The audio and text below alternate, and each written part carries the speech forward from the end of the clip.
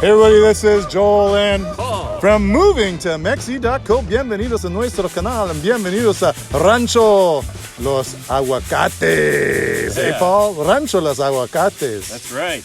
It should be Rancho de los Chivos. And he's feeding them. Arnold is farming back there. Anyways, we're here at Rancho Los Aguacates, which we're working on putting together. We have a deal, but it's going to take a while here in Mexico to get all the pieces together. But 650 acres of pristine farmland, and I have a special guest. Yeah. Yeah. Hey there. There he is. Sneaking right over. This is John, Nicely everybody. done. But anyways, what did you think of our tour? And we're just scratching the surface. Yeah, we literally just breezed through. Maybe Arnold. Yeah, I mean, once you see the footage compiled, it's quite a piece of paradise in here. Yeah, it's very, very enticing, very beautiful. And did anything surprise you about the visit, or did it meet all your expectations? I think it blew past my expectations because we came a couple months ago and got lost. Got lost, couldn't really make it anywhere. So, but even that, I was pretty much sold what we saw last time, and then to kind of climb up through these hills and hug the river and see the kind of versatility in all the different land components, it was pretty mind-blowing. Because it is very, very versatile. Mm-hmm. Yeah. And we were saying that, we're kind of envisioning 3 different places where people could stay. One at the bottom there, which would be kind of more like your... By the restaurant. By right? the restaurant, so Yeah. a little bit more almost like deserty in a way, like Yeah, because they have these cactuses the there. cactuses, and it's a little hotter, obviously, because you're closer to sea level. And then up at the Piletas, which was pretty cool, which is a water source that's there year round, but when it rains, it's flowing like wild.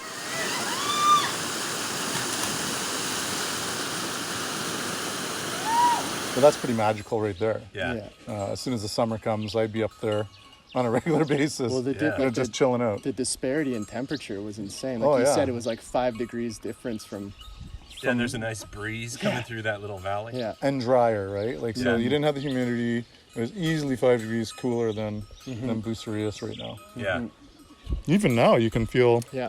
And then we got this third area, which is your green area. And the reason it's so green is you have these Guanacaxle trees, which La Cruz was named after, La Cruz Right. de Guanacaxle. But in the spring, they turn green. Yeah. And I imagine that La Cruz de Guanacaxle probably looked a little bit more like this before, right? Until the Spanish came and cut them all down. Yeah. Yes. Yeah. And but once the rain comes, all the other dry bush becomes so green and so lush Right. that when you're going to be in, this is already green almost year round in this spot, but once the rain comes, you're just going to see green. Right. So it's pretty cool. Yeah, and something I noticed was that there was by the Piletas, Yeah. there was this crazy amount of birds. Yeah. Just diversity. If you just stop and listen, there was just all these different sounds.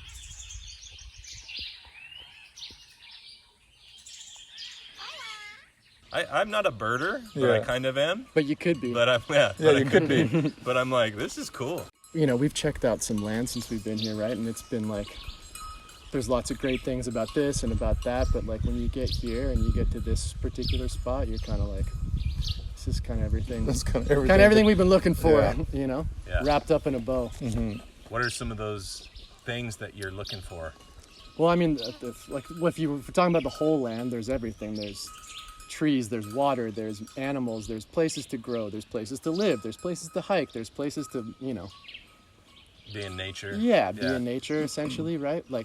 Keep nature as it should be, but also figure out how to work with it to, sustain a life if you want to eventually. Yeah. And I think, our primiculturists out there might want to pipe in. yeah. If I could just come and take it over, it would be everything I was Yeah. looking Everything you were looking Yeah. at. Yeah. I kind of feel the same. Yeah. The same way. In a way, I wish I could just do this all on my own. But that's okay. Yeah. And it's a lot of land. Right. You don't have to be greedy. Plus, I think sometimes it's better to collaborate and share and become real stakeholders. Yeah. Especially these days too. I think it's important to kind of lean on community a bit more than we have in the past. Well, unless we go way back. But, Right. So I think it's a beautiful kind of way to uphold the land, and keep it, keep it in its pure, most natural state. but also enjoy it in the capacity in which we would like to. They don't like to see a lot. They don't like other people, huh? Un poco tímida. It's pretty cool how, you can see what Arnold has been doing, right? He basically built these roads. He put up these gates. He's got his animals here. Like, he's done a lot of work, but he's getting to the point now where he's like, he can see his vision, but now he's like, I think I need help, and he realizes like he's not going to be able to do it all on his own, which I mean, it's a huge piece of land, right? That's a lot of work. So it's cool for him to be able to like, all right, let me share this responsibility and make this happen, right? Yeah, it's pretty incredible. And the more time I come out here, the more I'm sold on it, if that makes sense. I mean, I liked it when we just went to the restaurant. So, and the restaurant's good. Yeah. The restaurant is like Rosalba, who's Arnold's wife, is like probably one of the best cooks in the whole area. So What do you think the first thing you're gonna do, Joel? You're gonna fix the roads? we'll fix it. Well, I see this in phases. So first it would be to put in some basic infrastructure. So fix the road up to the ranch. Yeah, because right now it's pretty rough. You're good.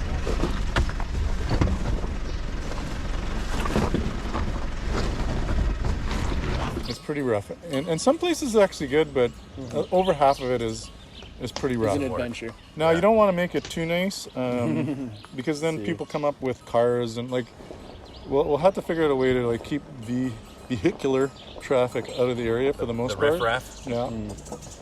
And then next would be building the ranch house. Yeah. So rebuild the ranch house, guest house, so that all of us who are investing in this have a place to come hang out and stay and book.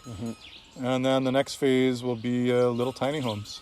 Yeah. Where we identify, 3 areas, one at the bottom, one here at the ranch, and one kind of in that little valley area with those beautiful trees. Yeah. We're leading up to the Piletas.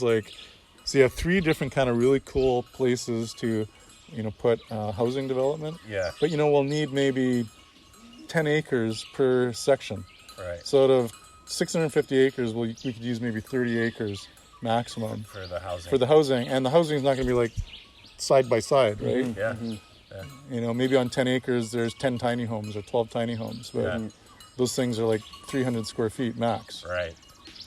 Yeah, and then in the certain areas you probably have a style of tiny houses that you would.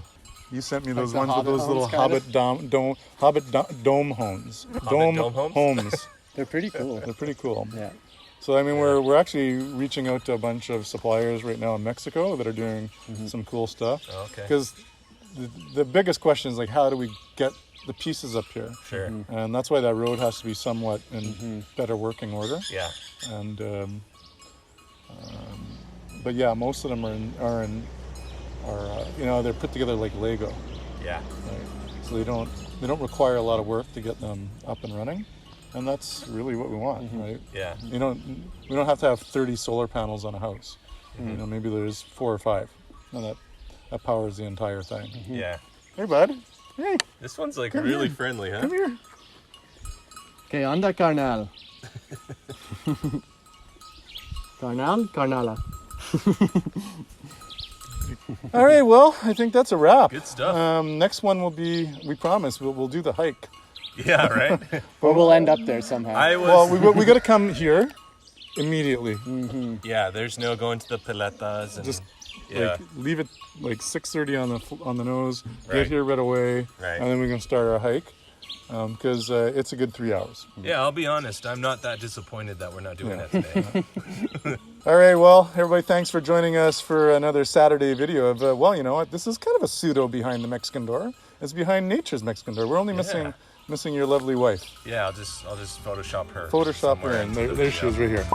All right, everybody, until Taco Tuesday, nos vemos, hasta luego, and adios desde Rancho Los Aguacates. I'm not a birder, but I kind of am. Donkey pox. I don't want to get donkey pox. It's not that bad. So, if we come here in the summer, which Paul and I will, it'll be like a raging river. Yeah. We'll bring our swimsuits. Kayaking, except you'd end up in a fence and decapitated. Yeah.